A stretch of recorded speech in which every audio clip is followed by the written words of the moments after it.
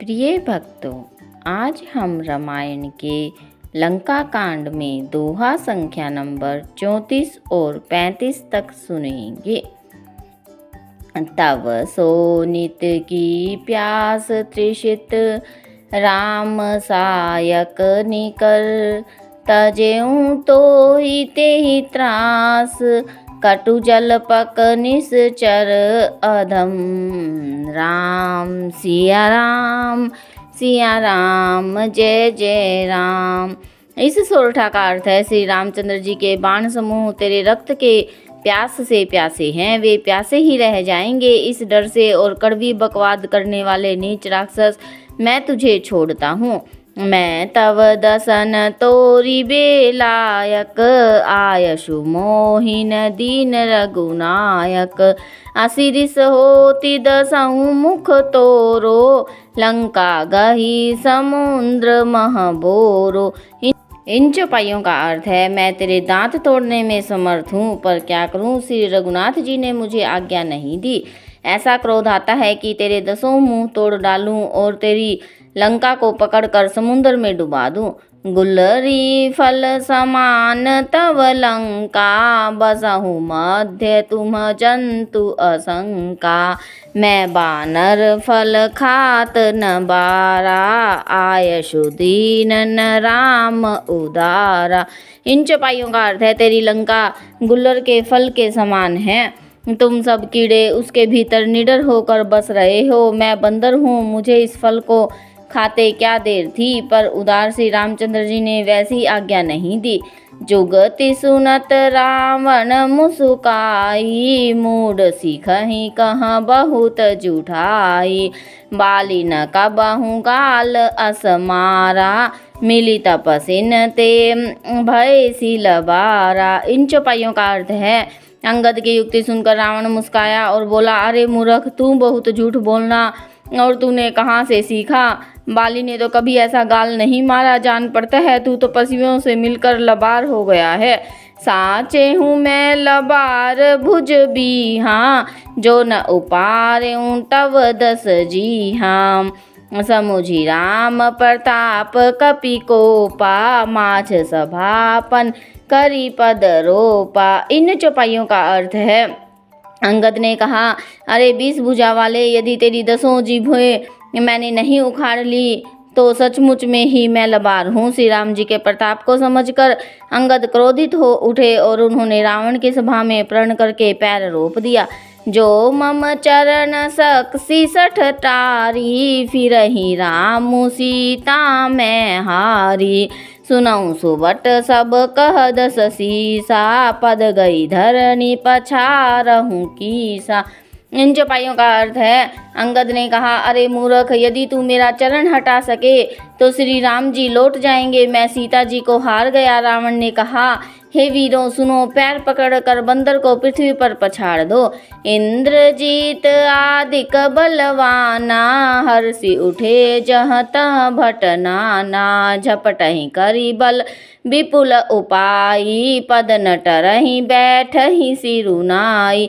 इन चौपाइयों का अर्थ है, इंद्रजीत आदि अनेकों बलवान योद्धा जहाँ तहाँ से हर्षित होकर उठे, वे पूरे बल से बहुत से उपाय करके झपटते हैं, पैर टलता नहीं, तब सिर नीचा करके और फिर अपने अपने स्थान पर जा बैठते हैं। पुनि उठी झपटहि सुर आराती, टरई न कीस चरण एहि भांति। पुरुष कुजोगी जीमि उरगारी, मोह बिटप नहीं सकहि उपारी। इन चौपाइयों का अर्थ है, काकभूषुंड जी कहते हैं, वे देवताओं के शत्रु फिर उठकर झपटते हैं, परंतु हे सर्पों के शत्रु गरुड़ जी, अंगद का चरण उनसे वैसे ही नहीं टलता जैसे कोई योगी पुरुष मोहरूपी वृक्ष को नहीं उखाड़ सकते। कोटिन मेघनाद सम, सुभट उठे हर साई, रामा सुभट उठे हर साई। झपटहि टरे न कपि चरण, पुनि बैठहि सिर नाई। सियावर राम जय जय राम, मेरे प्रभु राम जय जय राम। इस दोहे का अर्थ है, करोड़ों वीर योद्धा जो बल में मेघनाथ के समान थे, हर्षित होकर उठे। वे बार बार झपटते हैं पर वानर का चरण नहीं उठता। तब लज्जा के मारे सिर नवाकर बैठ जाते हैं। भूमि न छाड़त कपि चरण, देखत रिपु मद भाग। रामा देखत रिपु मद भाग, कोटि विघन ते संत कर। मन जिमि नीति न त्याग, सियावर राम जय जय राम। मेरे प्रभु राम जय जय राम। इस दोहे का अर्थ है, जैसे करोड़ों विघ्न आने पर भी संत का मन नीति नहीं छोड़ता, वैसे ही वानर का चरण पृथ्वी को नहीं छोड़ता। यह देखकर शत्रु का मद चूर चूर हो गया। कपि बल देखी सकल ही हारे, उठा आपु कपि के परचारे। गहत चरण कह बाली कुमारा, मम पद गहे न तोर उबारा।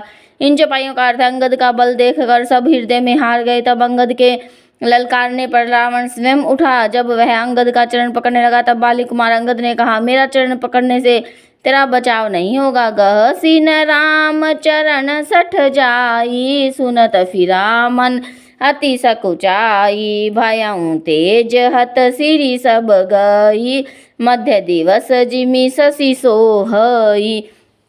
इन चौपाइयों का अर्थ है, अंगद ने रावण से कहा, अरे मूर्ख, तू जाकर श्री राम जी के चरण क्यों नहीं पकड़ता।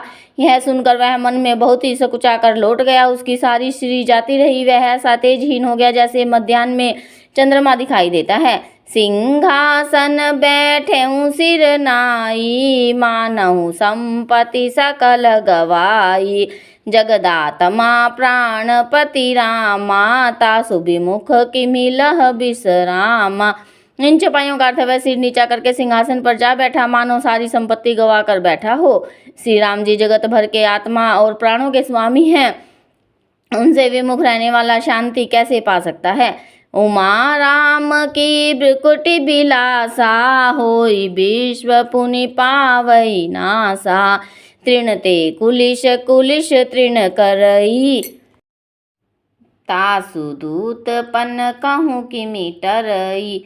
इन चौपाइयों का अर्थ है, शिव जी कहते हैं, हे उमा, जिनसे रामचंद्र जी के भुरविलास से अर्थात बोह के इशारे मात्र से विश्व उत्पन्न होता है और फिर नाश को प्राप्त होता है। जो तृण को वज्र और वज्र को तृण बना देते हैं, अत्यंत निर्बल को महान प्रबल और महान प्रबल को अत्यंत निर्बल कर देते हैं, उनके दूत का प्रण कहो कैसे टल सकता है। पुनि कपि कही नीति विधि नाना, मानन ताहि कालु नियराना। रिपु मद मथि प्रभु सुजस सुनायो, यह कही चलो बाली नृप जायो। इन चौपाइयों का अर्थ है, फिर अंगद ने अनेकों प्रकार से नीति कही पर रावण ने नहीं माना, क्योंकि उसका काल निकट आ गया था। शत्रु के गर्व को चूर करके अंगद ने उसको प्रभु श्री रामचंद्र जी का सुयश सुनाया और फिर वह राजा बाली का पुत्र यह कहकर चल दिया, हतो न खेत खिलाई खिलाई, तो ही अबहि का करो बड़ाई। प्रथम ही तासु तने कपि मारा, सो सुनि रावण भयहु दुखारा।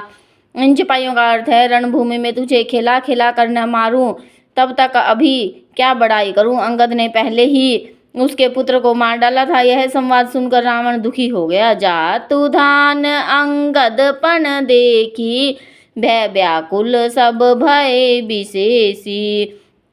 अंगद का प्रण सफल देखकर सब राक्षस भय से अत्यंत ही व्याकुल हो गए। रिपु बल धर सिहर सी कपि, बाली तने बल पुंज। रामा बाली तने बल पुंज, पुलक शरीर नैन जल। गहे राम पद कंज, सियावर राम जय जय राम। मेरे प्रभु राम जय जय राम। इस दोहे का अर्थ है, शत्रु के बल का मर्दन करके बल की राशि बाली पुत्र अंगद जी ने हर्षित होकर आकर श्री रामचंद्र जी के चरण कमल पकड़ लिए। उनका शरीर पुलकित है और नेत्रों में आनंद के आंसुओं का जल भरा है। सांझ जानी दस कंधर, भवन गयऊँ बिल खाई। रामा भवन गयऊँ बिल खाई, मंदोदरी रावण ही बहुरी। कहा समुझाई सियावर राम जय जय राम। मेरे प्रभु राम जय जय राम। इस दोहे का अर्थ है संध्या हो गई जानकर दशग्रीव बिलखता हुआ अर्थात उदास होकर महल में गया। मंदोदरी ने रावण को समझाकर फिर से कहा, जय जय श्री राम। कथा विसर्जन होत है सुनो वीर हनुमान। राम लखन और जानकी सदा करे कल्याण।